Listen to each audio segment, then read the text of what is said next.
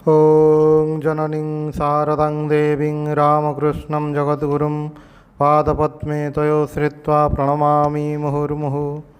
श्रीमा शारदा देवी स्मृति कथा श्रीमती सरलाबाला देवी द्वारा पृष्ठ 448 काशी 1912 ख्रीष्टाब्द।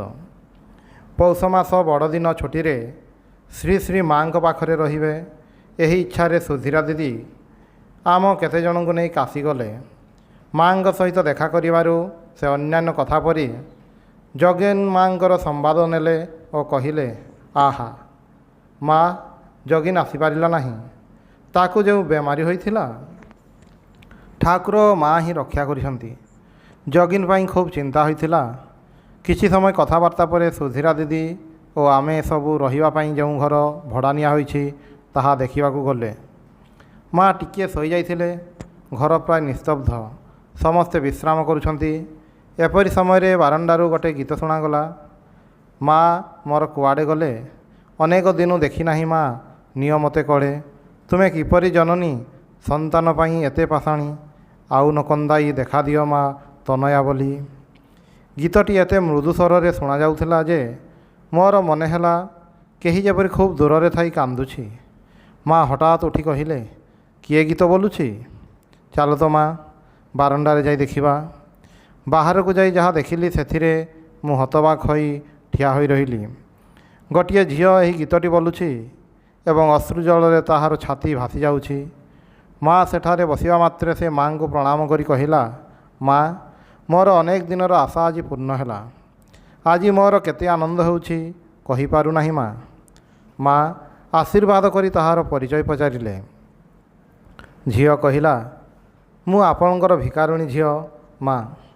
माँ पचारिले केउठी रुह?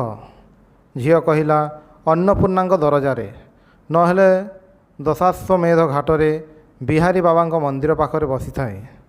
माँ पुणी पचारिले भिक्षा करी ठीक चली जाउछि तो? झियो कहिला आपणक आशीर्वाद बेस चली जाउछि, ए सब पाई किछि चिंता नाही। माँ अन्नपूर्णांग दयारे एठारे केही तो उपास रहंती नाही। केउथिरे टिके भक्ति हेब ताहा ही भावे माँ। माँ कहिले ताहा हेब, निश्चय हेब माँ।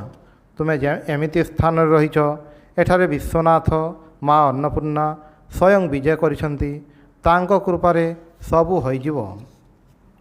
माँ ताकू आउ गोटे गीत बोलियाकू कहिले। झियोटी गाइला, माँ मते दया करी शिशु भली करी रख। शैशवर सौंदर्य छाड़ी बड़ हेबाकू दियो ना गो। सुंदर सरल प्राण, मान अपमान नाही ज्ञान। हिंसा निंदा लज्जा घृणा शिशु किछि जाने ना गो। माँ कहिले आहा कि चमत्कार गीत। झियो कहिले अनेक दिनरू आपन को देखिया पाई खूब इच्छा थिला। आपण एठारे अछंती सुनी आसीबी बोली भावे, किंतु भय हुए काड़े किए कौन कहिबे। माँ कहिले केही किछि कहिबे नाही, तुमर जेतेबेले इच्छा हब आसीबो। माँ ताकू प्रसाद देवाकू कहिले। से प्रसाद पाई विदाय नेउछि। माँ ताकू कहिले पुणी आसीबो माँ। परे माँ आमको कहिले झियोटीर बेस भक्ति अछि।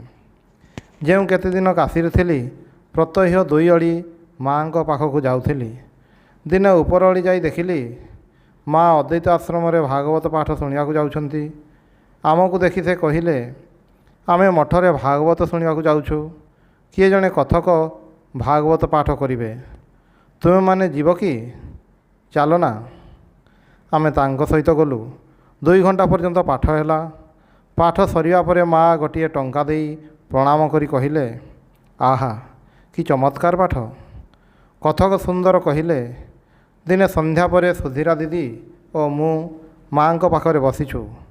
माँ कहिले जीए थरे ठाकुर को डाकिछि ताहार आउ भय नाही। ठाकुर को डाकू डाकू तांको कृपा हेले तेबे प्रेम भक्ति हुए। यही प्रेम अति गोपनीय जिनिस माँ।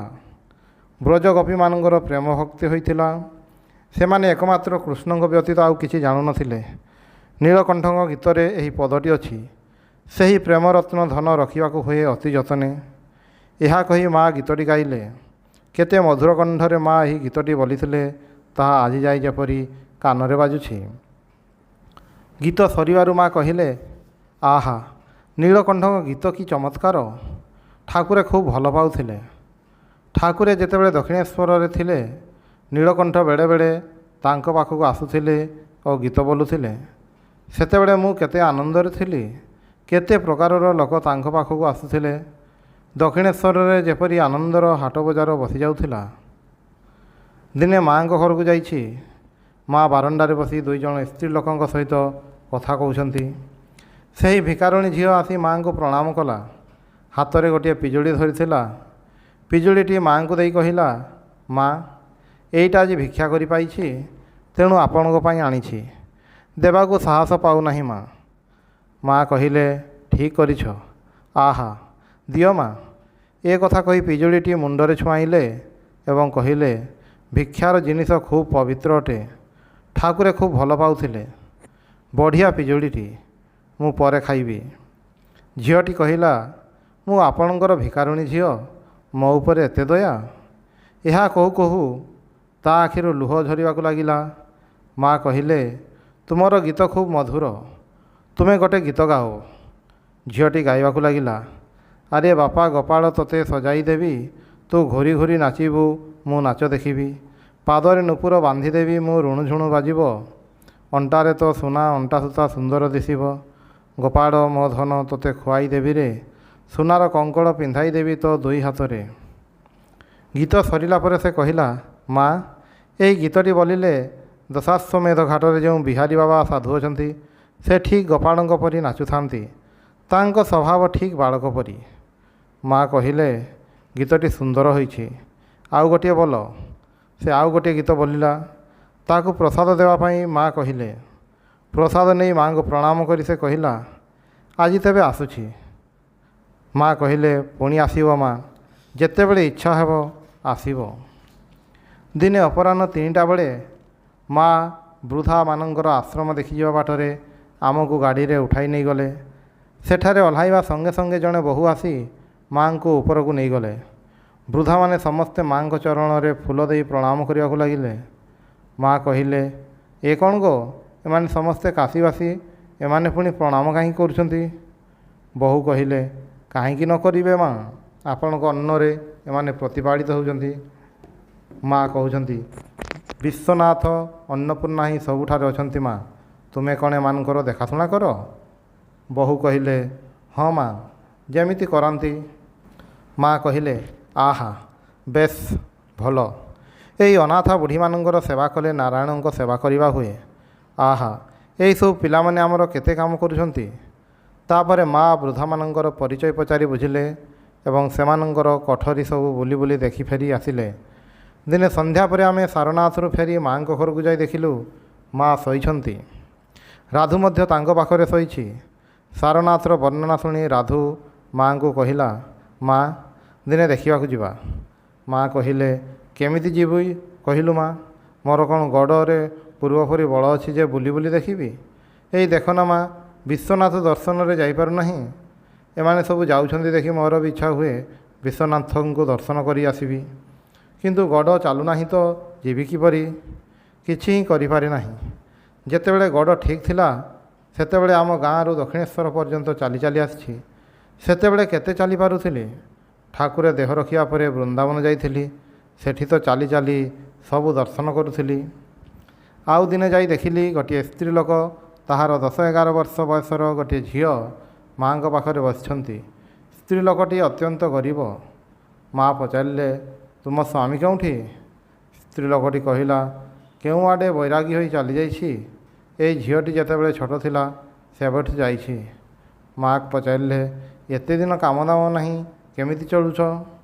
ସ୍ତ୍ରୀ ଲୋକଟି କହିଲା, କାମଦାମ କରି ଯାହା ସଞ୍ଚୟ ଥିଲା ସେଥିରେ ବହୁତ କଷ୍ଟରେ ଚଳାଇଛି। ଏବେ ଆଉ ଚଳୁନାହିଁ ମା, ବଡ଼ କଷ୍ଟରେ ରହିଛି। ଆପଣ ସେମାନଙ୍କୁ କହି ଯଦି କିଛି କରାଇ ଦିଅନ୍ତି ମା। ମା କହିଲେ, ମୁଁ କହି ଦେଖିବି। ସେମାନେ ତ ମା ଭିକ୍ଷା କରି ଆଣନ୍ତି, କେତେ ଲୋକଙ୍କୁ ଦେଉଛନ୍ତି, ତାହାର ଠିକ୍ ଅଛି କି? ସେମାନେ ଯାହା ଭଲ ବୁଝିବେ ସେପରି ଦେବେ ତ। ମା ତାକୁ ଗୋଟେ ଟଙ୍କା ଆଉ ଗୋଟେ ଲୁଗା ଦେଇ କହିଲେ, ଆଜି ଏଇଠି 2ଟା ଖାଇ ଦେଇଯିବ। ମା ଛାତରେ ବସିଥିଲେ, ତଳେ ରୋଷେଇ ହେଉଥିଲା।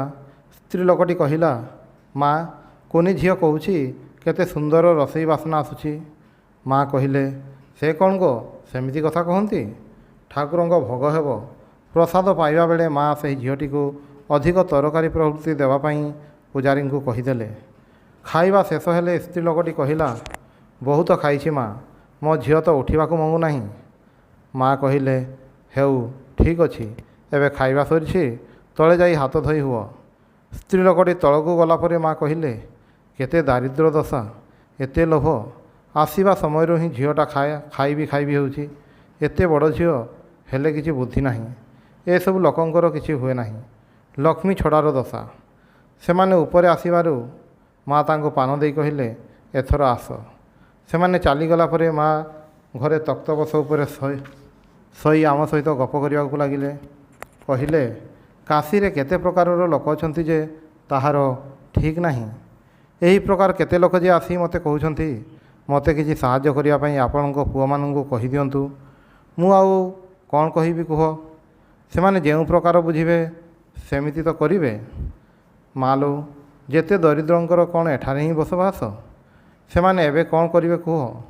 ହେଇ ଦେଖ, ଅନାଥ ବୁଢ଼ୀମାନଙ୍କ ପାଇଁ ଆଶ୍ରମ କରିଛନ୍ତି। ସେମାନଙ୍କର କେତେ ସେବା, କେତେ ଯତ୍ନ କରୁଛନ୍ତି। ରୋଗୀଙ୍କ ପାଇଁ ଡାକ୍ତରଖାନା କରୁଛନ୍ତି। ପୁଣି ତା ବାହାରେ ଯେ କେତେ ଲୋକଙ୍କୁ ସାହାଯ୍ୟ କରୁଛନ୍ତି କିଏ ଜାଣିଛି। ପିଲାଗୁଡ଼ାକୁ କି ପରିଶ୍ରମ କରୁଛନ୍ତି, ସବୁ ହିଁ ତାଙ୍କ ଇଚ୍ଛା। କେଉଁ ଆଡ଼ୁ କ'ଣ କରାଉଛନ୍ତି ସେ ହିଁ ଜାଣନ୍ତି। ଦିନେ ଉପରବେଳା ଯାଇ ଦେଖିଲି, ମା' ବାରଣ୍ଡାରେ ବସି କେତେଜଣ ବିଧବାଙ୍କ ସହିତ କଥା କହୁଛନ୍ତି। ତାଙ୍କ ଭିତରେ ଜଣେ ଗେରୁଆଧାରୀ ଥିଲେ। ସେ ମା'ଙ୍କୁ ଗୋଟିଏ ଗୀତ ଶୁଣାଇଲେ। ଆରେ ଜବା ତୁ ବନର ଶୋଭା, ବଣର ଫୁଲ ତୁ ବଣେ ଫୁଟି, ଶିବଙ୍କ ବକ୍ଷେ ଦେଖିଲେ ତୋତେ, ମନେ ହୁଏ ମା'ଙ୍କ ଚରଣ ଦୁଇଟି, ଇତ୍ୟାଦି। ଗୋଲାପ ମା' କହିଲେ, ଆହା କି ବଢ଼ିଆ ଗୀତଟି, ଆଉ ଗୋଟେ ଗାଅ। ଝିଅ ଜଣକ ଆଉ ଗୋଟେ ଗୀତ ଗାଇଲେ। ମା' କହିଲେ, ତୁମେମାନେ ସେବାଶ୍ରମ ଦେଖିଛ? ସୁଧୀରା ଦିଦି କହିଲେ, ନା ଆମେ ଦେଖିନାହୁଁ। ମା' କହିଲେ, ତେବେ ଗୋଲାପ ସାଥିରେ ଯାଇ ଦେଖି ଆସ। ଆଉ ଦିନେ ଉପରଓଳି ମା'ଙ୍କ ପାଖକୁ ଯାଇଛି। ମା' ଦେବବ୍ରତ ମହାରାଜ ଓ ସଚିନଙ୍କ କଥା କହିବାକୁ ଲାଗିଲେ। ସେମାନେ ହଠାତ୍ ଅନ୍ୟତ୍ର ଚାଲି ଯାଇଛନ୍ତି। ମା' କହିଲେ, ଆହା, ଦେବବ୍ରତ ଆଜି ଚାଲିଗଲା। କମ୍ପାନୀ ସେବାଶ୍ରମ ପାଖର ଜାଗାଟି ପାଇଁ କ'ଣ ସାହାଯ୍ୟ କରିବେ କହିଛନ୍ତି। ସେମାନେ ରହିବାରୁ ଆପତ୍ତି ଉଠାଇଥିଲେ। ତେଣୁ ରାଖାଲ ଚାଲିଯିବାକୁ କହିଲା। ତୁମେ ତ ଜାଣିଛ ତାହାର କିଛି ଦୋଷ ନାହିଁ, ତଥାପି କିଛି ଗୋଟେ ସମସ୍ୟା ପଛରେ ଲାଗି ରହିଥିବ। ଆହା, ମୋ ଛୁଆ ନ ଖାଇକି ଗଲେ। ସୁଧୀରା ଦିଦି କହୁଛନ୍ତି, ଭାଇ ଓ ସଚିନ ଆମ ଘରେ ଆସି ଖାଇକି ଯାଇଛନ୍ତି। ମା' କହିଲେ, ଖାଇଛନ୍ତି? ତେବେ ଭଲ, ମୁଁ ତାହା ହିଁ ଚିନ୍ତା କରୁଥିଲି। ସୁଧୀରା ଦିଦି କହିଲେ, ବଡ଼ ଭାଇ ଅର୍ଥାତ୍ ଦେବବ୍ରତ ଯେଉଁଠିକି ଯାଆନ୍ତି ସେମାନେ ଅର୍ଥାତ୍ ଇଂରେଜ ଲୋକ ତାଙ୍କର ଖବର ନିଅନ୍ତି। ତେଣୁ ବଡ଼ ଭାଇ କହନ୍ତି, ମୋ ଶ୍ୱଶୁର ଘର ଲୋକ ଆସିଛନ୍ତି, ଯାଏ ଦେଖା କରି ଆସେ। ମା' କହିଲେ, ହଁ ମା', ସତରେ ହିଁ ଶ୍ୱଶୁର ଘର। କେଉଁ କାଳେ ସ୍ୱଦେଶୀ ହଙ୍ଗାମା ଯୋଗୁଁ ଧରିଥିଲେ, ଏବେ ମଧ୍ୟ ତାହାର ଖବର ନେଉଛନ୍ତି। ଦେଖ ତ, ପିଲା ଦୁଇଟା ଖାଇକି ଯାଇନାହାନ୍ତି ବୋଲି ସାରାଦିନ ମୋ ମନର ଯେମିତି ଆଉଟ ପାଉଟ ହେବାକୁ ଲାଗିଲା। କ'ଣ ଆଉ କହିବି ମା'? ଯାହା ହେଉ ତୁମ ପାଖରେ ଖାଇଛନ୍ତି ଶୁଣି ମନଟା ଥଣ୍ଡା ହେଲା। ଓಂ ନିରଞ୍ଜନମ୍ ନିତ୍ୟମନନ୍ତ ରୂପମ୍ ଭକ୍ତାନୁକମ୍ପାଧିତ ବିଗ୍ରହଂ ବୈ ଈଶାବତାରಂ ପରମେଶମିଡ୍ୟଂ ତ୍ୱଂ ରାମକୃଷ୍ଣଂ ଶିରସା ନମାମି।